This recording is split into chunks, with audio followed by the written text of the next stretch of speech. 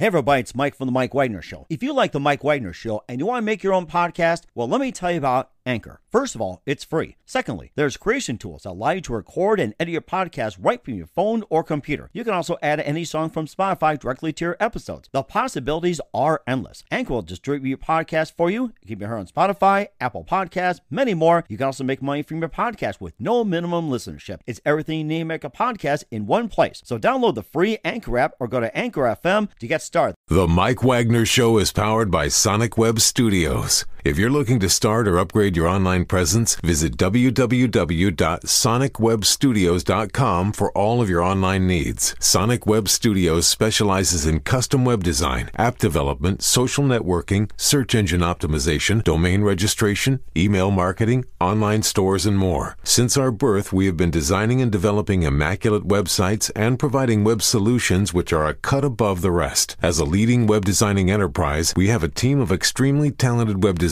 who are well-focused and have the experience of working on multiple web developing platforms such as PHP, Magento, Custom WordPress, and more. Sonic Web Studios has been helping businesses of all kinds, whether big, small, established, or startup, impress their audiences with exemplary web solutions. We don't just create beautiful and functional websites. We give you a complete online solution with the main goal of enhancing your yearly revenues. We aim to give your business the online exposure and brand acknowledgement that will help you in achieving increased conversions leading to profitable sales. Call 1-800-303-3960 or visit us online at www.sonicwebstudios.com to get started today. Mention The Mike Wagner Show and get 20% off your project. Sonic Web Studios. Take your image to the next level. Hey everybody, it's Mike from The Mike Wagner Show. It's time to give a shout out to our official sponsor of The Mike Wagner Show, international award-winning author Mian Mohsen Zia. If you love fast-paced mysteries, then you'll love Missing by Mian Mohsen Zia. Available on Amazon in paperback and ebook. Missing is fast-paced and intriguing with an unforgettable twist. It takes place in 4 countries with 2 strangers and 1 target where truth is an illusion and those you love will be the first to go missing. It's available in paperback and ebook on Amazon. Missing by Mian Mohsen Zia has garnered great reviews and is even loved by Hollywood celebrities including Joanna Cassidy, Forbes Riley, and many others. So grab your copy today. Order Missing by Mian Mohsen Zia, now available at Amazon.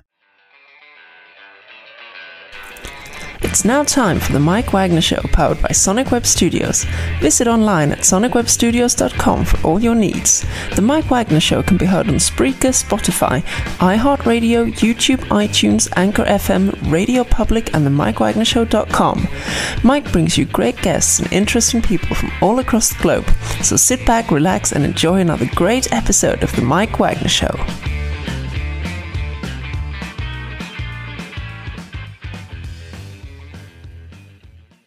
Hey everybody, it's Mike from The Mike Wagner Show, powered by Sonic Web Studios. Visit online at sonicwebstudios.com for all your needs. Looking at a professional website without breaking your budget? Sonic Web Studios is the answer. Sonic Web Studios offers fast, affordable custom web designs that blow the competition away. Call today, 1-800-303-3960. That's 1-800-303-3960. Or email to support@sonicwebstudios.com. Mention the Mike Wagner Show, get 20% off your first project. Sonic Web Studios, take your image to the next level. Also, time to give official shout out to our official sponsor of the Mike Wagner Show, international warring author Mian Mohsen Zia. If you love fast-paced mysteries, you'll love Missing by Mian Mohsen Zia, available on Amazon in paperback and ebook. Missing is fast-paced and intriguing with an unforgettable twist. Takes place in 4 countries, 2 strangers and 1 target, where truth is an illusion and those you love be the first to go missing. It's available on Amazon in paperback and ebook. Missing by Mian Mohsen Zia has garnered great reviews and even loved and endorsed by Hollywood celebrities, including Joanna Cassidy, Forbes Riley, and many others. So grab your copy today of 4 Girls Missing by Mian Mohsen Zia, available on Amazon. Also, The Mike Wagner Show can be heard on themikewagnershow.com. You can check our Facebook page at facebook.com/The Mike Wagner Show. You can download and listen on Facebook, SoundCloud, Spreaker, Spotify, and iHeartRadio. Also on Anchor FM, iTunes, Google Play, Amazon, Audible, and Apple. Coming soon to Podbean, Buzzsprout, Pandora, and TuneIn, and heard worldwide on Geo 7, Radio Public, Himalaya, and more. Take the Mike Wagner Show with you on any mobile device. Subscribe to the Mike Wagner Show on the YouTube channel and follow the Mike Wagner Show on Instagram and Twitter today. And for great gift ideas, including t-shirts, pop sockets, hoodies, throw pillows, tote bags, and a lot more. So great gift ideas for your loved ones. Go to Amazon.com and check out the Mike Wagner Show podcast, and coming soon to the MikeWagnerShow.com makes great gifts year round. And for more great gift ideas, including hoodies, as well as phone cases, t-shirts, and a lot more, and new items every day, go to Amazon.com and check out the Me and Mos and Zia store, and also check out his great books as well, too, including Missing, Once, and a lot more. Go to Amazon.com and check out the Me and Mos and Zia store. And, of course, you can also support us as well, too, at the MikeWagnerShow.com with your generous donation. You can also support us through Anchor FM/support and also through PayPal, and make sure you do so today. We're here with two terrific people who and of course, they contributed in a book called The Spree of 83, which is the Freddy Powers memoir. And of course, a little bit about this legend here.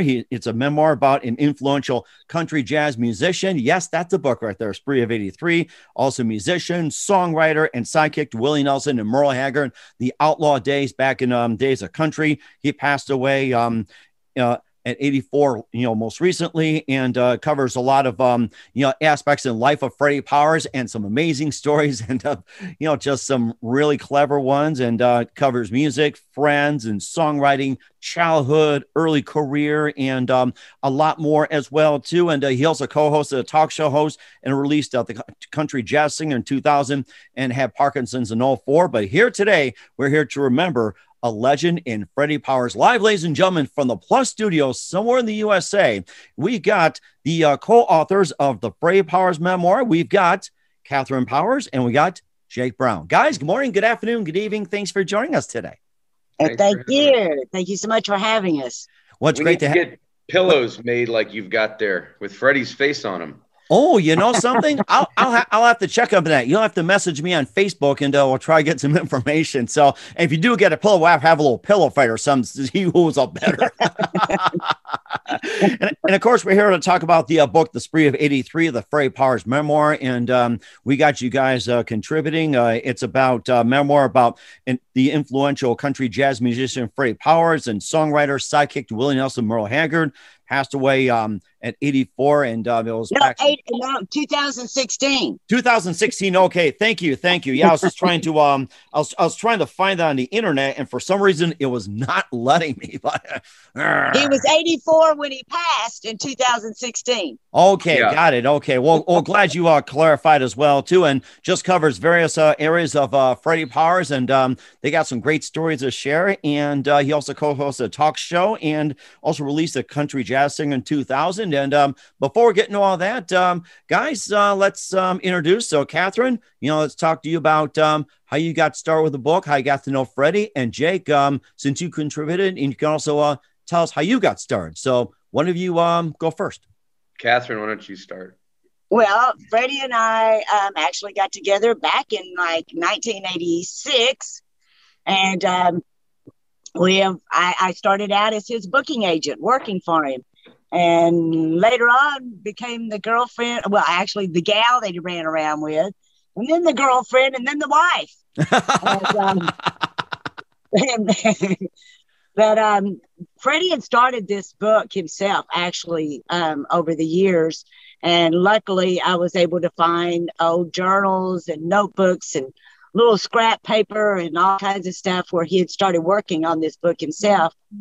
And then when he had been diagnosed with the Parkinson's, it became important to all of us that he tell his story and we get it out, basically for his family and friends and grandchildren to remember him by. Mm-hmm. So this to me is like I'm fulfilling Freddy's dream of getting this book out. So.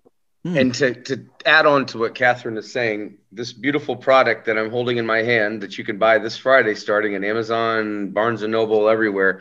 We started on this book 9 years ago. And to add some context, I met Catherine and Freddy the first time they were at the hospital. Freddy's Parkinson's had gotten to where they'd come to town to do an interview for my National Songwriter Series and weren't necessarily going to make it. She handed me a really well-worn early version, maybe 80 pages of the now 300 and plus page book that Freddy had started and she together. And, you know, if you spiral outward with Freddie's influence, it goes so many generations about, but within country, it's not just among new artists and performers, but even on Merle. And way back in the day, Willie and Freddie met together through a gentleman named Paul Buskirk, who was a mentor to both of them. Wow. So Freddie's influence in terms of his Dixieland jazz, which he's widely now thankfully being credited with introducing for the first time into the country mainstream, is really fundamental when you go back to those kind of early relationships with Willie, then Merle. And then you talk to people like John Rich in the book from Big and Rich and Kenny and others, Pauline Reese, Mary Sarah, other artists who were influenced by him over those next 60 years with his very unique guitar playing style and songwriting style. The other important thing you touched on that we think is really important within the Parkinson's part of the story is that Freddie actually, versus a lot of people that completely understandably are overtaken by the disease, they retire from the stage if they're entertainers, or if they're Robin Williams, rest in peace. He took his life when he found out he was diagnosed, knowing what was ahead of him. Freddie and Catherine vowed to actually stay out on the road. They were in a tour bus the last 10 years of his life with a hospital bed in the front. Catherine was his nurse, his tour driver, his manager, his everything. She'd carry him on her back over to the couch to sit down when I'd come over there every week on Music Row to do interviews. She's amazing. And so this is both of their story, but it really tells you how somebody can inspire somebody else when they could otherwise just have been defeated by it. Freddie, when he lost his ability to play guitar, he kept singing, telling jokes, like he kept touring the world. I mean, and Catherine kept him out there on the road, which kept him alive years longer. So it's really an inspirational story as much as it is an entertaining one. Mm-hmm. And of course, I was just thinking about, with the book, A Spree of 83 as well, too, that it wasn't necessarily, just 1983 went on the spree, and it happened throughout the 80s as well, too. And, just an interesting spree that, he did. It's like, working with Merle. And yes, that's right. With Merle Haggard, that, they were both separated, divorced at the time, and they just had houses together. They toured together and partied together. It's like, they really went on a spree, literally. They actually did. And Freddie had built an airplane right there on the boat dock. And if they weren't fishing, they were partying or writing songs or touring. They were. And that started in like 1979 and went all the way up to the end of the 90s, actually. So yeah, it was quite free. There's the scene that opens the screenplay, which you've also completed, and we're in the process of producing when this COVID hit, where Freddie's flying, and exactly as it happened, flying over Lake Shasta, and he would either be looking for fish or women. And I'll let Catherine tell that story. Merle would be or women. You mean mermaids? Is that what he's looking for? Not exactly. Well, I guess you could call them mermaids. R-rated mermaids. Naked mermaids. Yeah.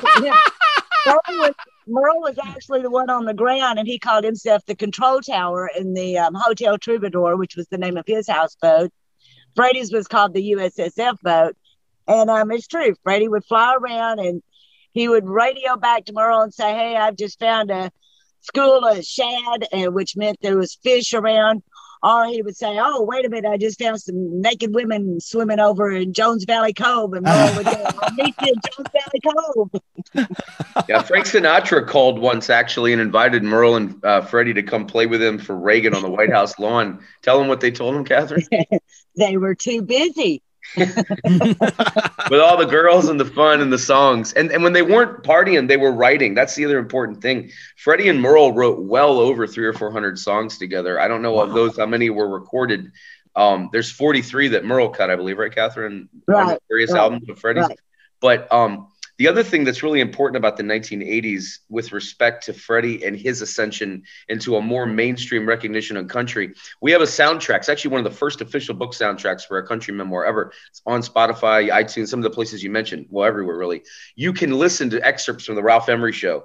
And Freddie, by that point, had become really a known commodity within country, like overnight, because Merle's hits became so huge at a time where it was like a new era for Merle with respect to new kids, MTV, new tours and things they were doing.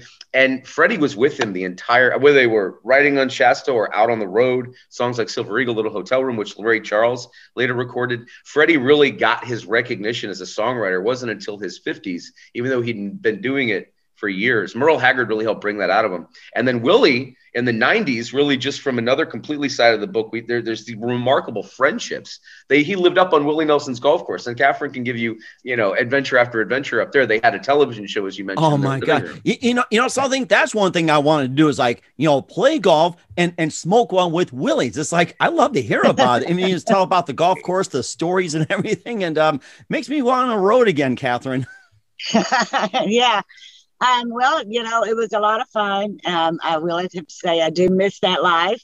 But Willie, actually, his bus was parked in our driveway when we first moved there. We moved to the McDavid house there in Spicewood. And Willie's house was up on the hill behind us.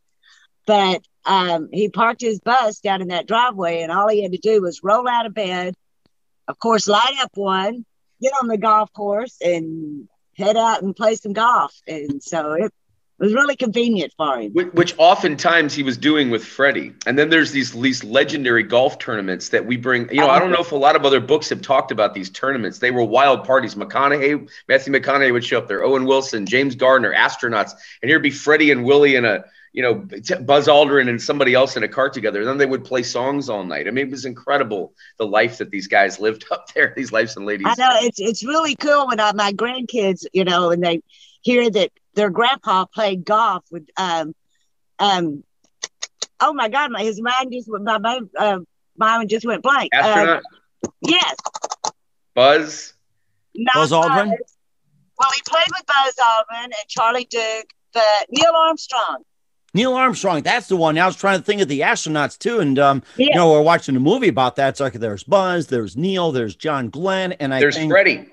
Yeah, Freddy, that's right. Yeah. I guess he wanted to be an astronaut too. So he was in a lot of ways. This man generated his own electricity living off the grid. Tell her he was an engineer. He built his own airplanes. Tell him about this story about in the ground with the freezer. He made this crazy in the ground with a freezer. This is interesting. Actually what he did is we made our own electricity.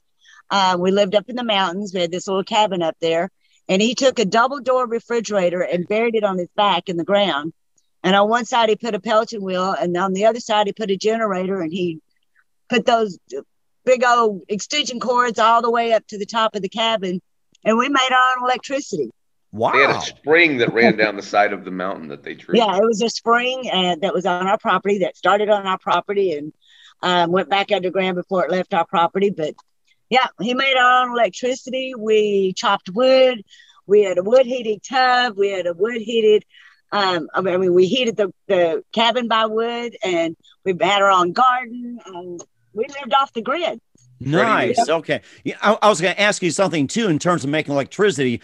Did you include the instructions how to make electricity in the book? Because, during these times, people are interested. It's like living off the grid. It's like, how do I make electricity? And how do I do my own garden and all that? He taught me how to do it. So you just call me. In this book, you can learn not only that, you can learn how to build an airplane. You can learn how to play guitar with the specific Freddie Powers chords, which he's legendary for. And on our soundtrack, there's actually a 6-song EP he made, a little acoustic demo we released along with the rest of it. He also, though, made a lot of stars. He made a lot of people really to take flight for the first time, whether it was giving them, an endorsement spot or giving them an opening act gig, or at his picking parties, which are legendary. Catherine can tell you about in the millennium. He helped launch a lot of people. He was very, very generous behind the scenes too. Mm-hmm.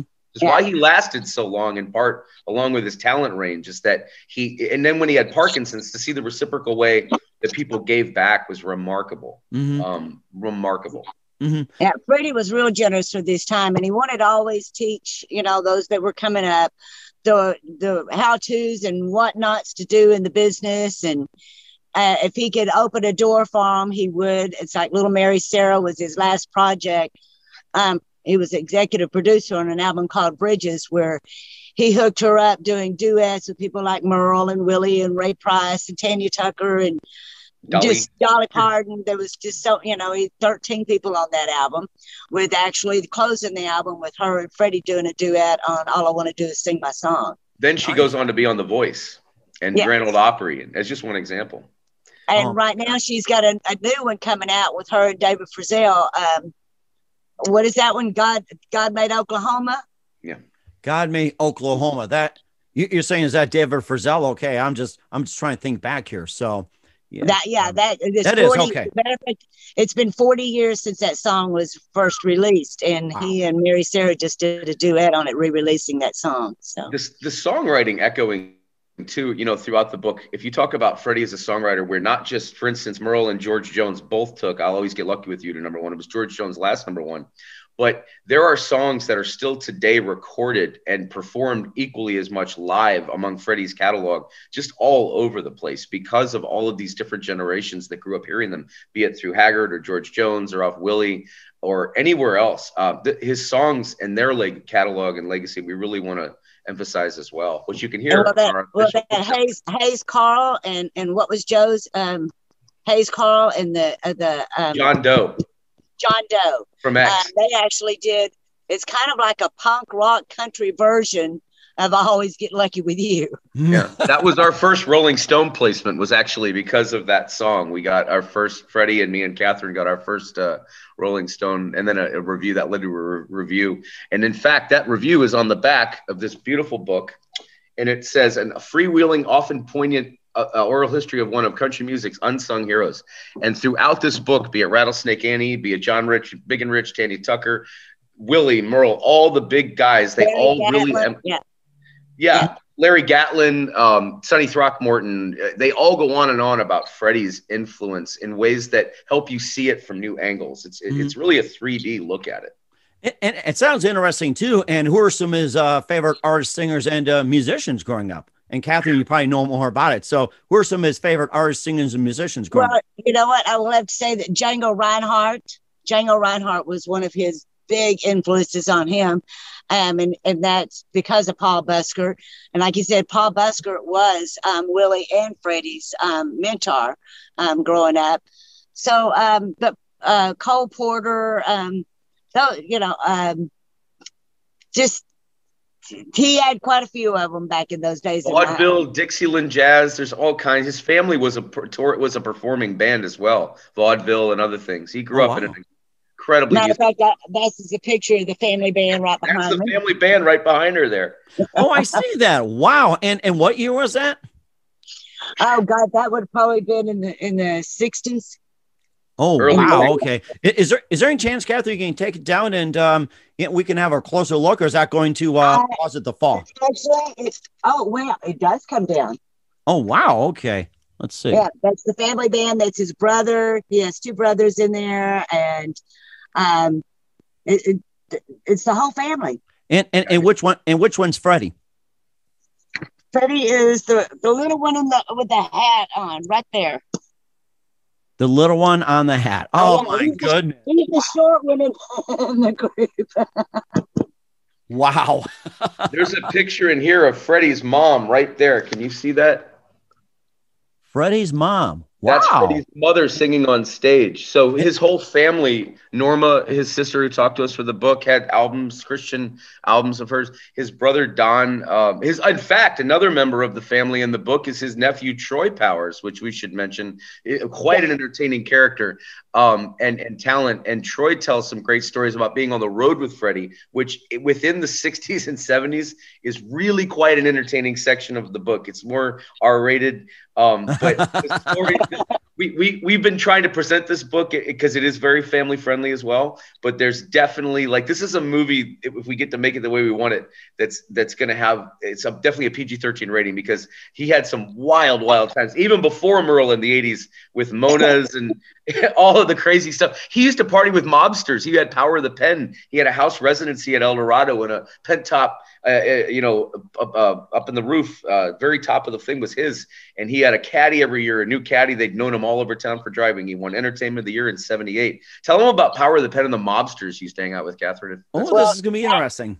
Well, back in those days, the casinos were basically owned by the mafia. And Freddie would joke and say that he worked for the mafia, although he was never a part of the mafia. But they all had titles like the beverage manager or entertainment director and hotel manager and stuff like that. So Freddie hung out with people like, Alan Glick and Lefty Rosenthal.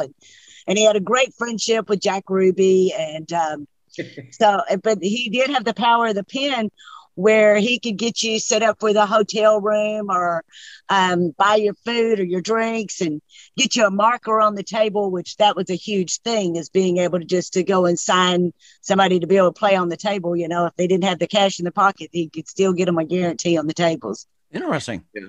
Whenever Willie and Merle or anybody would come through town, Willie especially, because they stayed in touch, he'd come over to sit. Freddie would sit with him, or he'd come over and sit with Freddie, and it would piss the hotel managers off because the whole casino floor would come over into that lounge to try to getting in to listen to those guys playing together. And that playing that they did together was so marvelous because it was a certain style of guitar that only really Willie said in the book, two people really know how to do it. It's Paul Buskirk, Willie Nelson, and Freddie Powers that learned this very unique kind of style of Texas swing and all these other amalgams of different playing styles. And Freddie then took that and put it into a Dixieland jazz. We have 2 live albums as part of the book release, live in Vegas 75 and live in Reno. You can hear across all streaming platforms that capture in the moment how amazing this guy was as a musician, aside from everything else. That does sound amazing. Go ahead, Catherine. I'm sorry. I was just going to say that they did that all the time. It's like, matter of fact, one time it was in the same town in Lake Tahoe. We had Merle playing in one of the casinos. Willie was playing in another one, and Dottie West was playing.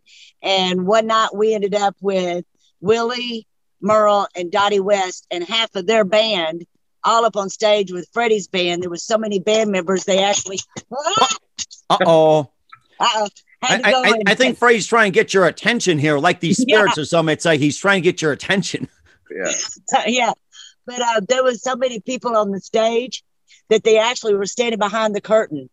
And when they get a solo, they come out in the front of the stage, do their solo. They go back behind the curtain because there was so many of them up there. But also another one that was Roger Miller. Roger Miller, King of the Road. I remember that. Yes, he would come over and hang out with Freddie, and they would do shows together on stage there. So, and especially at John Esquaga's Nugget, that was one of the major places where everybody in the business would come through, and coming and hanging out and doing shows with Freddie was kind of like a norm there. They actually called him the Jammer. Freddie they called him the Jammer, and they knew that if he was even supposed to, close the show at 12 o'clock, sometimes it would go on a little bit longer because there would be so many stars on that stage with him. Mm-hmm. And I can imagine too, you talk about with him, being with the Mafia and all that. I was thinking that he could have a nickname like the Godfather or something, he liked to play and speak with his hands, but why? He was the king of the strip, man. He was the king of this. He was called, actually, he had a title. His title was Ambassador of Goodwill officially. Ambassador Goodwill. Interesting. Yeah, that was his title there in Nevada. And in Reno, the El Dorado, he was really close friends with the Caranos and just so many people there, involved in his career and in his life. So everyone loved Freddy. Jack Ruby, he and Jack Ruby were really good friends.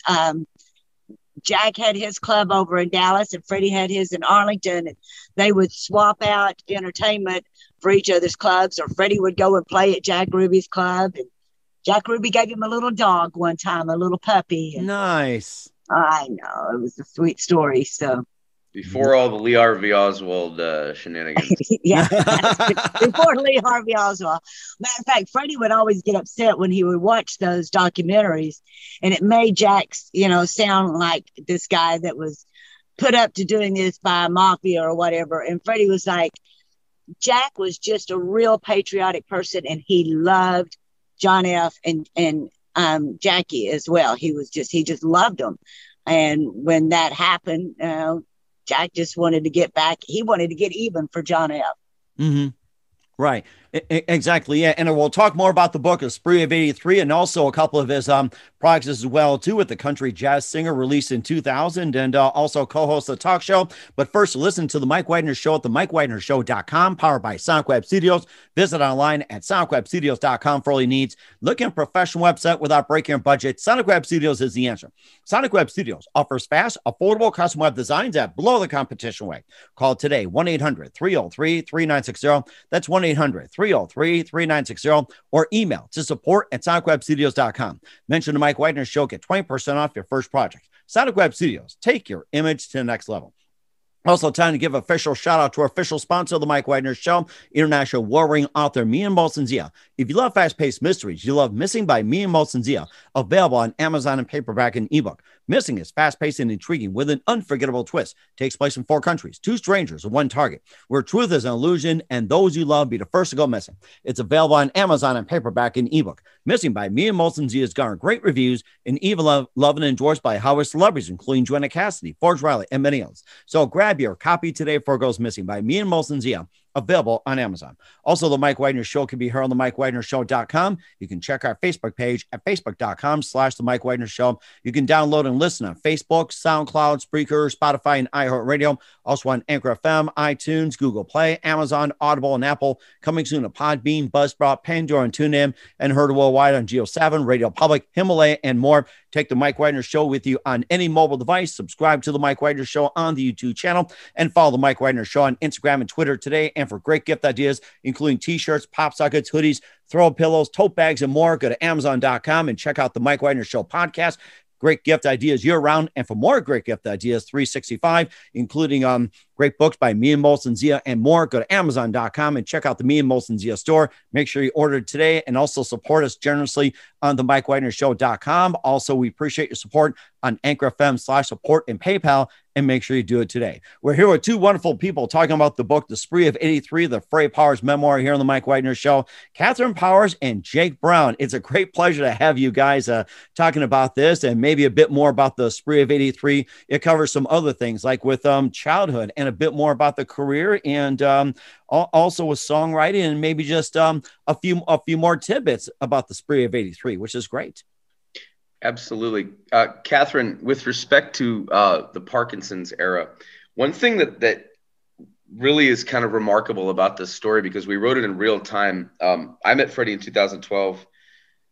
2016 he passed, but for the last 2.5-ish years that he could talk, he was involved very personally. Every week we would work, and then he'd go to Florida, we come visit. But beyond that Catherine kept him on the road on this tour bus.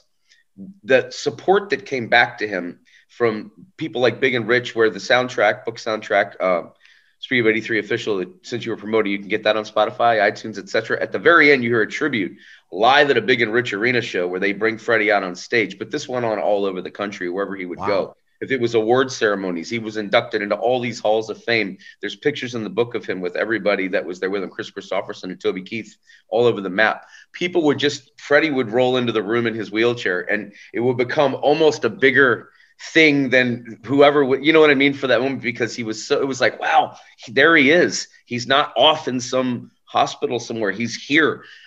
He would tour in places like Europe, the Echo Blues Festival. There's a charming story. Tell them, Catherine, if you would, about when he was, the belts and everything to keep him going. The support for this man to keep him out there was remarkable, like even as his condition worsened. Well, actually, the support was phenomenal, because people like Merle and Willie and Big and Rich and the whole music mafia, Gretchen Wilson, all of them, they supported us with keeping, us financially capable of keeping Freddy out on the road, sending us an envelope full of gas cards and stuff for every gas station across the country. And like I said, we took Freddy to Europe with his band, Stop the Truck. And he was up there. They had put this big, beautiful chair. It was almost like it was a chair built for a king set up there. And because of the Parkinson's, you move around a lot, and Freddy would shake and he would start sliding out of the chair. So in the middle of the show, they actually stopped the show and they took off their belts and they belted Freddy into this chair for him to finish that concert with 10,000 people. And wow. It was absolutely remarkable. And to watch them line dance to songs like Looking for a Place to Fall Apart, because they line danced to everything. And it was just really super special. And, it was, like I said, it was one of his last trips to Europe to perform. He had his own Parkinson's Foundation too. He had a Parkinson's cruise. I mean, the things that he did to not only raise awareness for Parkinson's, but keep a face out there that associated with it, that was already famous within country and getting more famous with all these legacy acknowledgments and new generations that were, discovering or supporting Freddie. The other thing that was really significant, the money they raised and the fact that he set such an example, and I'll let Catherine speak to that, to show that you can be brave and go out there and still go on with your life and live a full life. And it's remarkable. Tell them about, if you would, a little bit about that. Well, I was, and still today, I still have people that will call me, especially musicians that, and tell me they've just been diagnosed with Parkinson's, but because of Freddie paving the way and showing that, just because you've been diagnosed with something doesn't mean you have to go and hide yourself in a closet and just give up. And I have them actually, writing and calling and saying, Freddie showed me I don't have to give up, and I'm not going to give up. And to see that they're still out there working and trying to, just not let the disease. Freddie always said that he had Parkinson's. Parkinson's didn't have him. Mm-hmm. And this is a vicious disease. Vicious to watch in person. It's vicious. Mm-hmm. And of course, we've seen it happen too to a lot of people. And of course, Michael J. Fox was probably the most prominent. And, right now my mind is at a blank. And the first thing I think about Parkinson's is Michael J. Fox and Robin Williams. And Robin Williams, yes, and quite a few others. And, right now this is pretty much something that, needs to be addressed as well, too, along with some other issues like PTSD and the pandemic and whatever else. Well, Parkinson's and Alzheimer's those were actually considered a disease that primarily struck the elderly in an agricultural area. But now it has become more of an inner city and younger people as young as, we've had a 13-year-old in the United States to actually develop Parkinson's.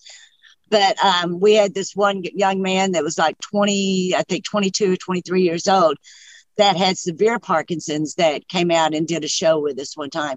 Matter of fact, it was at Willie's July the 4th picnic.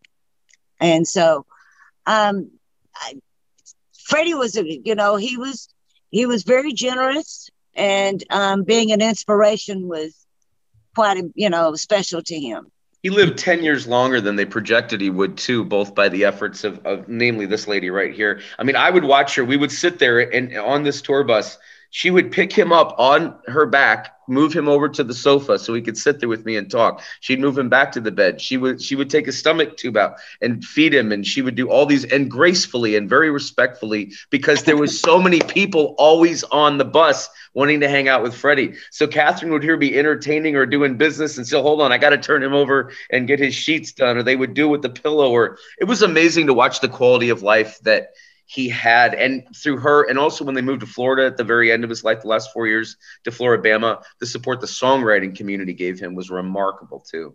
Mm-hmm. Actually, when we came down to Florida, that I had taken him out of the hospital, and they said that he only had 3 to 4 months left, and brought him down here to the Floribama, and we lived in their parking lot for nearly 4 years. Wow! Yeah. Looking at the water and having all the entertainment and just this is another place where a lot of people coming in and out of. It's actually known as the Songwriters Paradise. There's a lot of songwriters that live down here. And matter of fact, I'm going this weekend. I'm going to be working what we call the Hoodstock. It's not Woodstock. We have the Hoodstock. Woodstock, yeah, that's good. We have the Hoodstock. And we'll have a lot of musicians and songwriters that'll be coming into Floribama for this. So Kenny Chesney has a song about the Floribama and does a concert down there. It's a #1 hit. I mean, this place is a legendary club. And Freddie, his Rolling Stone placement is now on the wall in there, along with all these other songwriters that have various acknowledgments or awards or things they've donated. But what would be really touching too is if Catherine would get him off the bus and over across the road into the main club. They would ignite, oh, wow, we have, revered company in the house tonight. Freddie Powers is with us. And people would and then someone would play a song, one of his songs up there. And these are not that any songwriter isn't welcome there, but these are not just starter songwriters. These are like the, Don Schlitz plays here, and Whitey Schaefer, who was a good friend of Freddie's, and a lot of really revered songwriters, even if they were in the audience or if they were on stage, it was always Freddie's songs were in their repertoires. That is so amazing. And lastly, as well, too, what did he base his lyrics on? Everything. You know what? Freddie always said it was all about what you see, what you hear. You know, he was an observer, and so a lot of it just come from observing. But songs like Chase Each Other Around the Room, he was actually on the bus with a gal that he was running around with back in those days, and they were called gals. They didn't get to be girlfriends for a while, and she actually, we're coming out of Canada, and she said, Freddie, when we get to the hotel, I'm going to chase you around the room. Well, it didn't take Merle and Freddie, 10 minutes, and they had a #1 out of it, you know? Yeah, Natural High is another huge one. We actually, in the book, have things like, there's 100 pages of color photos in this book, which comes out Friday. And including Natural High's lyrics. I'm not going to waste our time turning them, but they're in there. No, it's fine.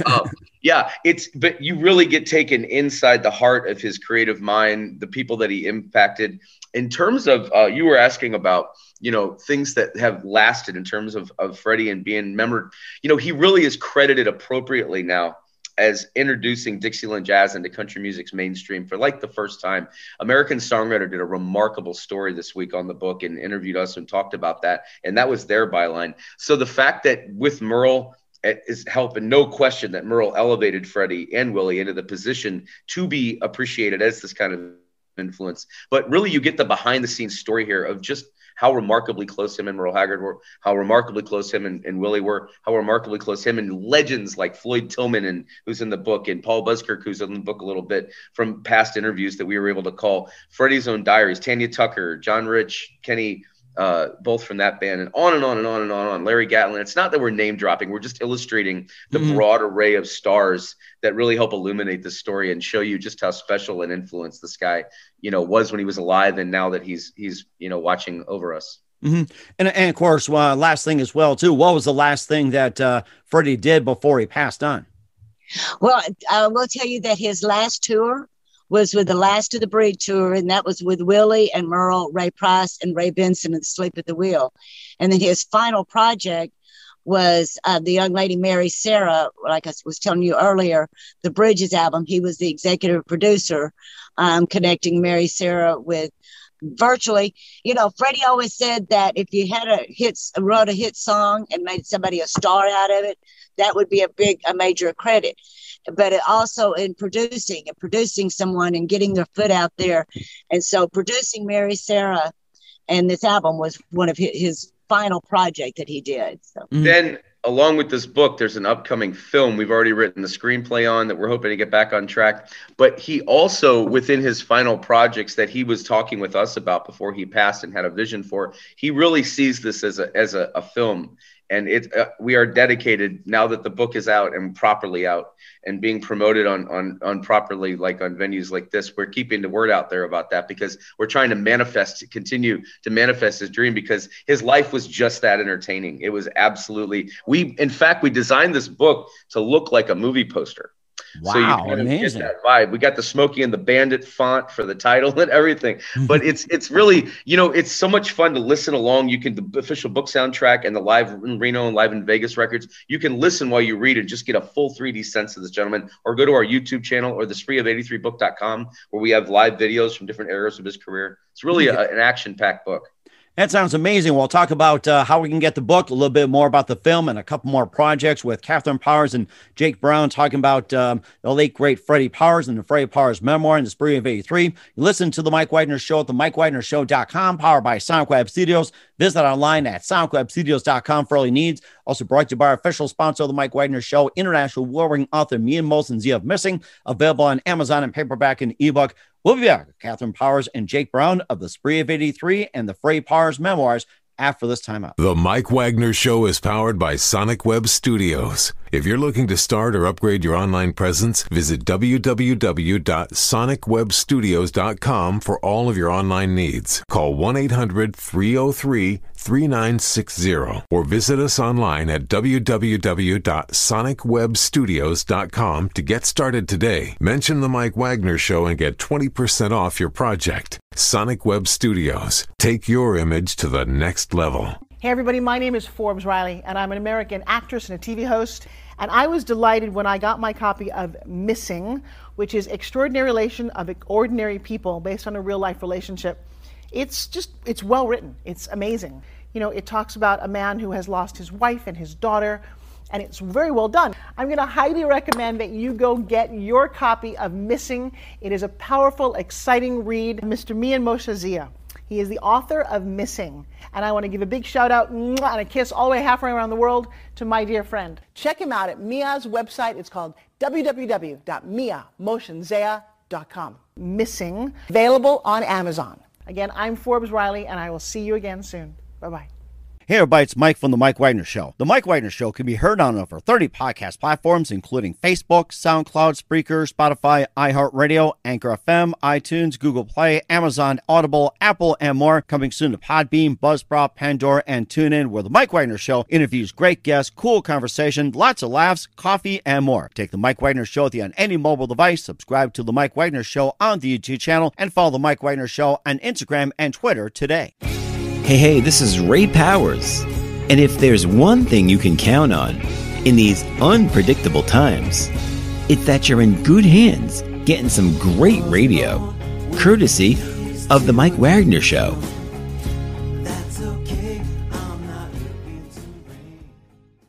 We're back with Catherine Powers and Jake Brown of the Spree of 83 here on the Mike Wagner Show, covering pretty much of Freddy Powers' amazing life. And once again, you talked about having a screenplay about Freddy Powers. When do we expect the screenplay to be out in theaters? What's the timeline? We hope in the next 2 or 3 years. One thing we've learned from the first go around is, and I have another show called About that starts in December, where I interview best-selling authors. It's a streaming show. And I talked to a number of them that have had 1 or 2 big movies. Took them 10 years to get it made. So, and we've learned this through other people we've been talking to, and producers and directors and different people we've been casting out, that that's why we're just committed. It took 9 years to get the book out. We hope it doesn't take another 10 years to get the movie, but we've already had to see it before I go. Yeah, we've already though had discussions that got kind of involved before COVID ruined all of it, with respect to some really great actors that have been talking about playing Freddy. There's interest there among a lot of really, really talented people. And one thing that you will see in the film that Catherine and I have been determined to make sure of is that this isn't bullshit with respect to the real performing artists. These have to be actors that are also musicians equally of talent, or maybe even musicians that you'll discover through the movie for whom they portray among Freddy's supporting cast of people. But there's so much music that this gentleman made with so many people that it's really an action aspect of the movie unto itself, because these guys were like Austin City Limits. You can see that on the YouTube channel. I mean, you watch Willie and Freddy and Merle sitting there picking back and forth, and it rivals Eddie Van Halen and Joe Satriani, who I wrote his memoir with. I can speak to personally, Steve Vai. It's like watching a G3 tour, but for country and Dixieland.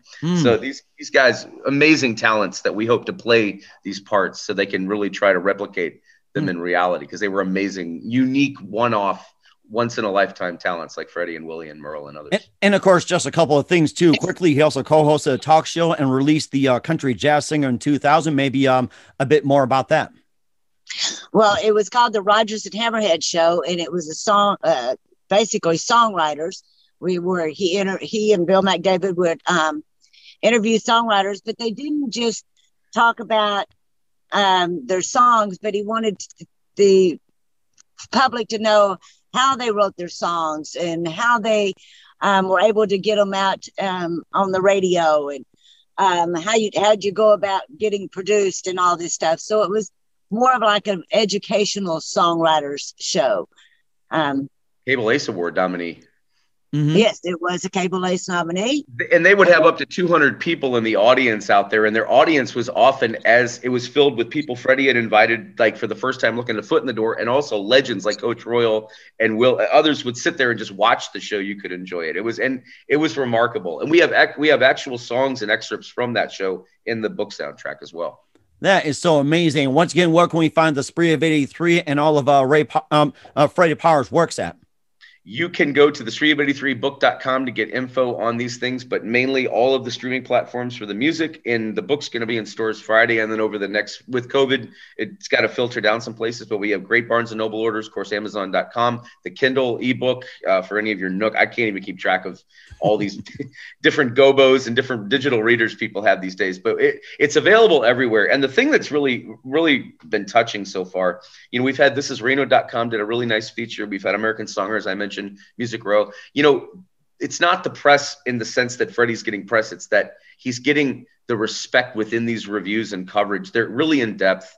And the interest is really still there for this guy's life because it's never really fully been appreciated before in the magnitude that it was. This guy was a star in so many different universes by never having to really be one, in a sense that he never sought the spotlight out. It's like the people sought him. Do you know what I mean? He never sought the stars out. Merle Haggard could have spent 10 years with anybody he wanted as neighbors on houseboats and on his bus and co-writing number ones. And he chose Freddie. And Freddie, this friendship was a lifelong one. Catherine, I'm sorry. Well, I was just going to say that Merle actually bought Freddie the houseboat to live next door to him. And they had been driving back and forth, spending all the time that they could together, either in Reno or Lake Tahoe or up on Redding. And one day Merle said, Freddie, why don't you get a houseboat and move in next door to me? And Freddie looked at him and said, Merle, I don't have the kind of money that you have. and Merle goes, the money I got. And Merle went out and he paid $85,000 and bought Freddie a houseboat and set it right next door to him. 1981 or 80. I mean, this was way back in the day. Yeah. And then on top of that, Freddie, because he was such an engineer, he built his own plane and then had an aircraft carrier. And Catherine, how did they refer to it? It was the only one on the lake. The only aircraft carrier on the lake, the USSF boat. But he had a hydraulic lift that he had put up on the back of the houseboat. So the airplane would set up on top of the houseboat as they would go down the lake or over to the Pitt River. And he was an aircraft carrier. Oh, my gosh. Freddie was awesome. Well, you know what? And Freddie was also a Marine. Mm-hmm. Matter of fact, he was this, what they called the criminal, it was CID, which is a criminal investigator. Uh-huh. That's kind of funny, given the shenanigans he got. Yes, being that Freddie was actually one of those that busted people for marijuana, and they would burn the marijuana, to becoming a marijuana smoker, to it also becoming a medicinal for Freddie, and it actually saved his life one time. So kept him alive much longer than he would have. And and that's within the other thing about his life that if you just even took little corner pockets of it. You asked about others. There's a chapter in here called Diamond Gems, and Catherine tracked down the actual bartender and head waitress from the 1960s, late 60s. They remembered and intimately remembered Freddie because this place was a dinner house where there would be women swinging from trapezes on the ceilings. And you had to have a club, a private membership to get in. And Freddie would come up there and play for wintertime, or he would play in anywhere you could name all over the country. People remember this guy 50 years later because he was that entertaining of a musician. But equally, he was also a guy who was on the Tonight Show and the Today Show way back in 1961 and 2. Wow. Yeah. So he was already early in his career being, getting these kind of national spotlights. But he was also an amazing, in terms of the amount of people that we keep going back to the people he helped, the people he taught. He had these things that are now famous in country music called Freddie Powers chords. If you were an aspiring guitar player, Frank Liddell, Miranda Lambert's producer, talks about them. Willie talks about them. Merle talks about them. They are legendary.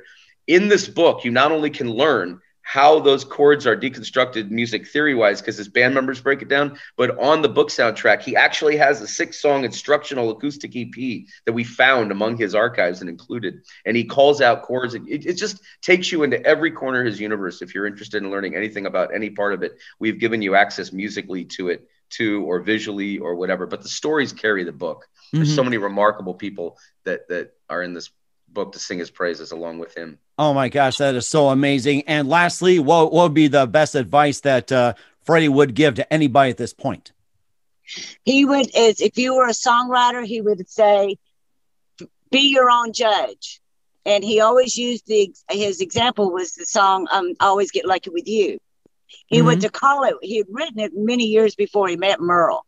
And he went to call it one night on stage, and one of his band members turned to him and said, oh no, Freddie, I don't like that song. So Freddie ditched that song. And for years, that song just laid. And then when he got together with Merle, he was working on it one day when Merle walked in and asked him what he was working on. And he said, oh, it's an old song. I don't know if it's any good or not. And Merle asked him, he said, what's the title of it? And he said, Always Get Lucky With You. And Merle jumped up and said, well, Freddie, the title alone is the number one. So Freddie always says, be your own judge. If you think it's good and you like singing it and playing it and you never get tired of it, then it's probably a good song. And if it's a hit song, you don't have to sell it. It'll break itself out. Wow, that is very good advice. I like that. I'll have to be my own judge one day. So it's amazing. Catherine Powers and Jake Brown of the Spree of 83, the Freddy Powers memoir on the Mike Wagner Show. Guys, a very big thank you for your time. You've been absolutely fantastic. Looking forward to having you again soon. Do us a favor, keeps us up to date. Love you back on 2021 and beyond with more great stories. And once again, tell us where we can find the book, what's the website, and how can people purchase or get to listen to some of Freddy Powers' music and more. You can go look up the Freddy Powers official book soundtrack on Spotify. Robert Hurst, the beautiful cover art is by Robert Hurst. And you can also check out Live in Vegas 75 and Live in Reno, which are both available. Of course, the book, The Spree of 83, Life and Times of Freddy Powers, you can get on Amazon. You can get it on barnesandnoble.com. All of the digital platforms. The ebook's going to be out next week. The physical book is going to be in Barnes & Noble Friday and beyond that. And we hope, like we said, one day to be back to talk about the big silver screen version of the book, which we are very ambitious and intent on making in the next 2 or 3 years to fulfill Freddy's dream completely. We're certainly looking forward to that. Guys, a very big thank you for your time. You've been absolutely amazing. Looking forward to having you again soon. Do us a favor, keep us up to date. Love you back on 2021 beyond. And don't forget to keep in touch. And you've been terrific. And tell Freddy I said hi. Thank you. I tell him. Hey everybody, my name is Forbes Riley, and I'm an American actress and a TV host. And I was delighted when I got my copy of Missing, which is Extraordinary Relation of Ordinary People based on a real life relationship. It's well written. It's amazing. You know, it talks about a man who has lost his wife and his daughter, and it's very well done. I'm going to highly recommend that you go get your copy of Missing. It is a powerful, exciting read. Mr. Mian Moshe Zia. He is the author of Missing. And I want to give a big shout out and a kiss all the way halfway around the world to my dear friend. Check him out at Mia's website. It's called www.miamotionzea.com. Missing, available on Amazon. Again, I'm Forbes Riley, and I will see you again soon. Bye-bye. The Mike Wagner Show is powered by Sonic Web Studios. If you're looking to start or upgrade your online presence, visit www.sonicwebstudios.com for all of your online needs. Sonic Web Studios specializes in custom web design, app development, social networking, search engine optimization, domain registration, email marketing, online stores, and more. Since our birth, we have been designing and developing immaculate websites and providing web solutions which are a cut above the rest. As a leading web designing enterprise, we have a team of extremely talented web designers who are well-focused and have the experience of working on multiple web developing platforms such as PHP, Magento, custom WordPress, and more. Sonic Web Studios has been helping businesses of all kinds, whether big, small, established, or startup, impress their audiences with exemplary web solutions. We don't just create beautiful and functional websites. We give you a complete online solution with the main goal of enhancing your yearly revenues. We aim to give your business the online exposure and brand acknowledgement that will help you in achieving increased conversions leading to profitable sales. Call 1-800-303-3960 or visit us online at www.sonicwebstudios.com to get started today. Mention the Mike Wagner Show and get 20% off your project. Sonic Web Studios. Take your image to the next level. Thanks for listening to the Mike Wagner Show, powered by Sonic Web Studios. Visit online at sonicwebstudios.com for all your needs. The Mike Wagner Show can be heard on Spreaker, Spotify, iHeartRadio, iTunes, YouTube, Anchor FM, Radio Public, and themikewagnershow.com. Please support our program with your donations at themikewagnershow.com. Join us again next time for another great episode of The Mike Wagner Show.